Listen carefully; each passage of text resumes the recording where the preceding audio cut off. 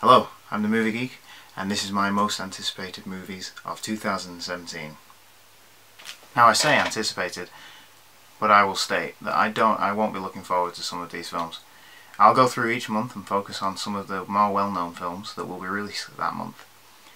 The movies listed will be the ones that I'm hoping to see and review. Obviously, if you look at my past posts, I am extremely unreliable and can't always upload on time, or ever. However, I may upload some videos regardless of when the films are released. So with that in mind, on with the show!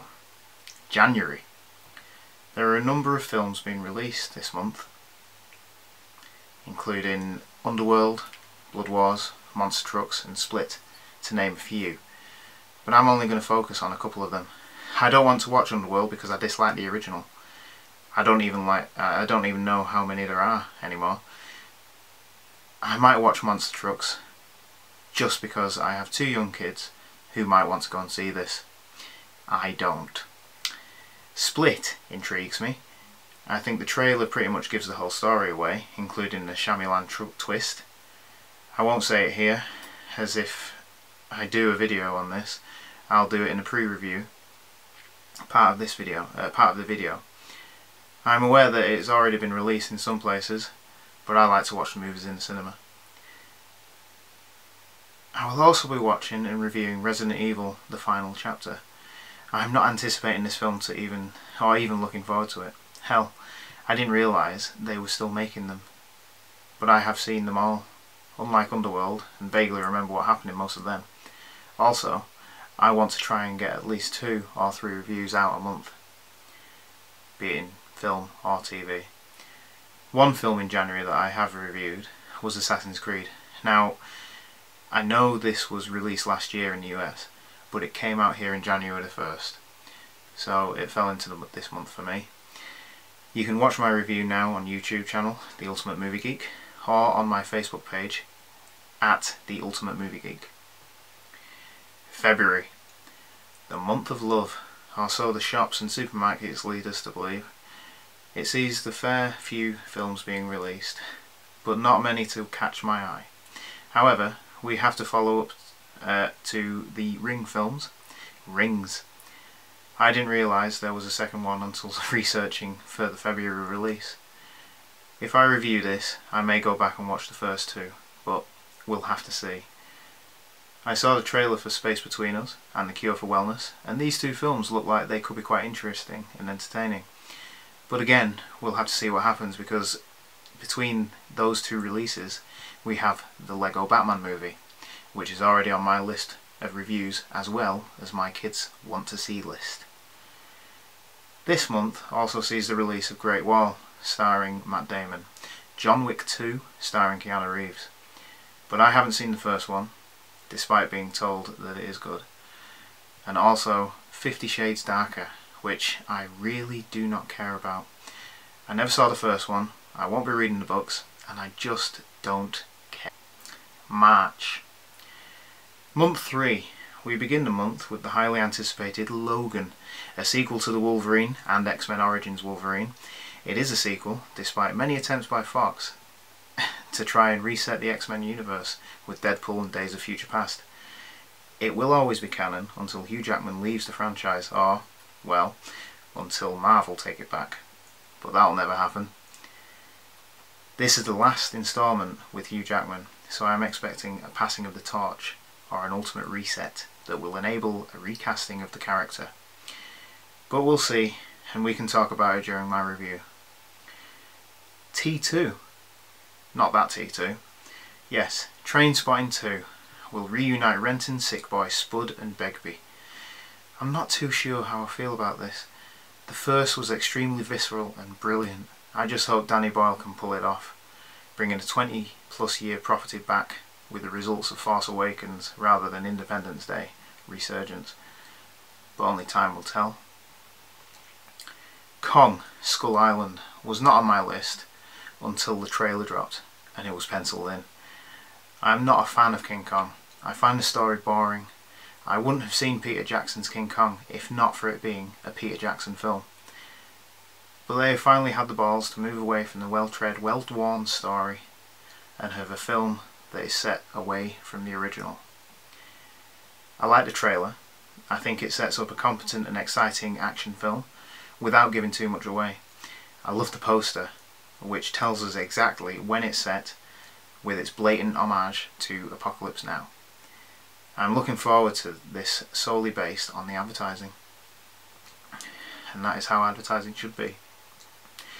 March also has Beauty and the Beast, the live action film, which I don't really care about, but I may have to see it with the kids.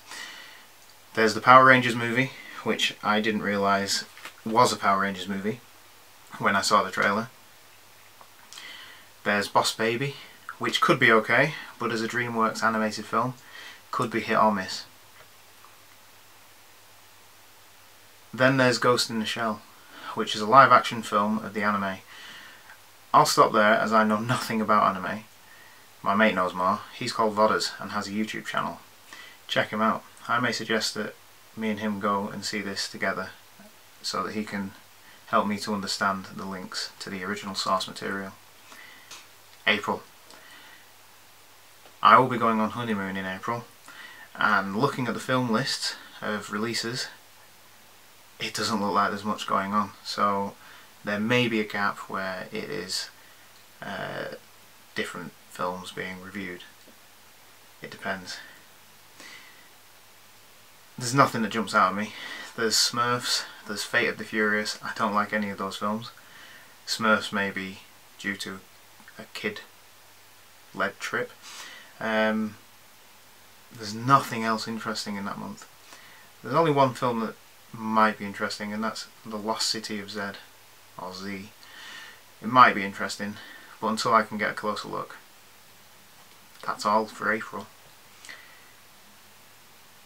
May.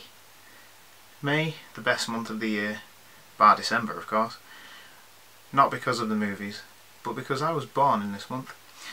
Although, looking at the list of movies, May is a good year for film too.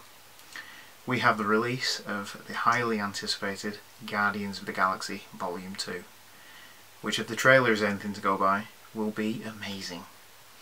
As it stands, Guardians is my favourite Marvel film, so I'm hopeful James Gunn will knock this sequel out, as he did with Volume 1. There's also King Arthur Legend of the Sword. How many King Arthur films can we have in a lifetime? I don't know. I'm not really looking forward to this. I couldn't really care less, but it's Guy Ritchie, and after Lock, Stock and his Sherlock films, I want to see how he manages to pull off the King Arthur legend. So, we'll see. We've also got Baywatch, starring The Rock. He'll always be The Rock for me. If you smell... Sorry. I think this will do well, as it's more tongue-in-cheek, and Rocky has the comedic chops to pull this off. But looking at the poster, why are they advertising the 4th of July and releasing it in May? What are they scared of going up against?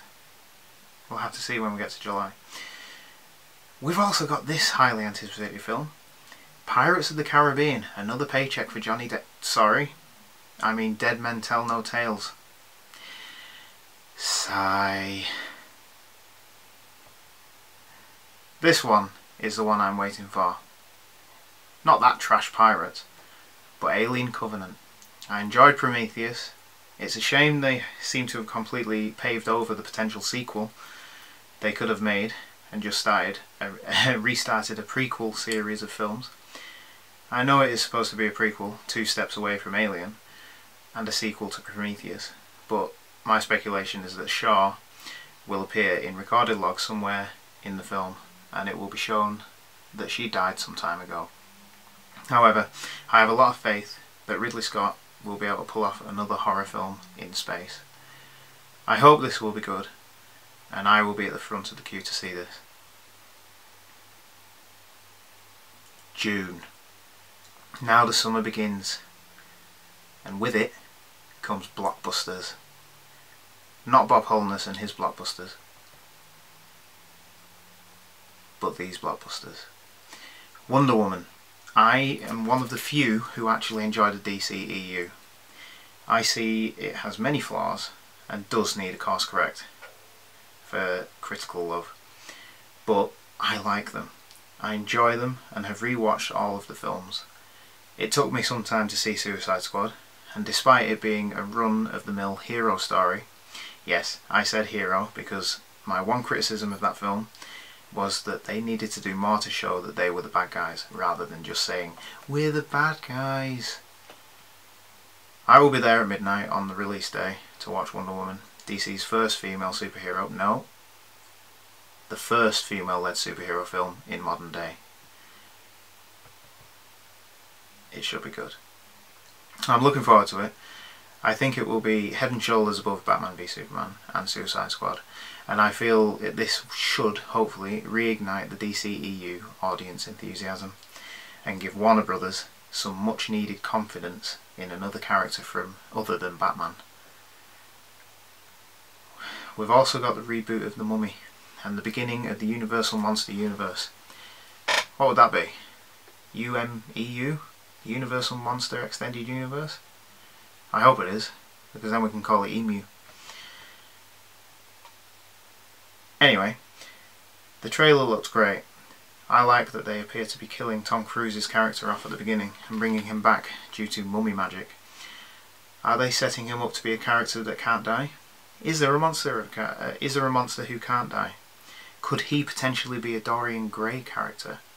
I don't know. But they wouldn't just have Cruise play an expendable character at the beginning of a movie universe. His character name, according to IMDb, is Nick Morton. But this could be a red herring akin to John Harrison from Star Trek Into Darkness, but with some actual mystery surrounding it. I love the idea of Russell Crowe playing Dr. Jekyll and Mr. Hyde. He's going to be able to do one of those characters extremely well. I think this could be a surprise hit, but it depends on what they'll do to extend the universe. We've also got Cars 3, which I really don't know why.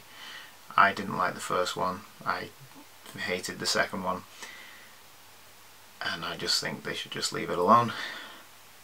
They've also got Transformers 10, or whichever number they're up to now. I stopped watching at about 2, I think, so if I must review it, I will. The same with Amityville The Awakening. I may see it, but what more can they do with this premise?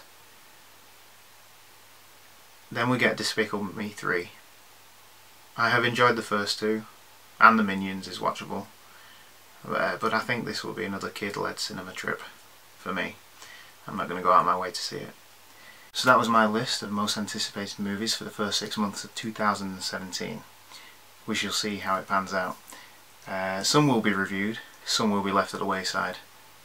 If there are any other movies that you would like me to review, or that I haven't listed here, please let me know in the comments. I've been the Movie Geek, and I'll be back.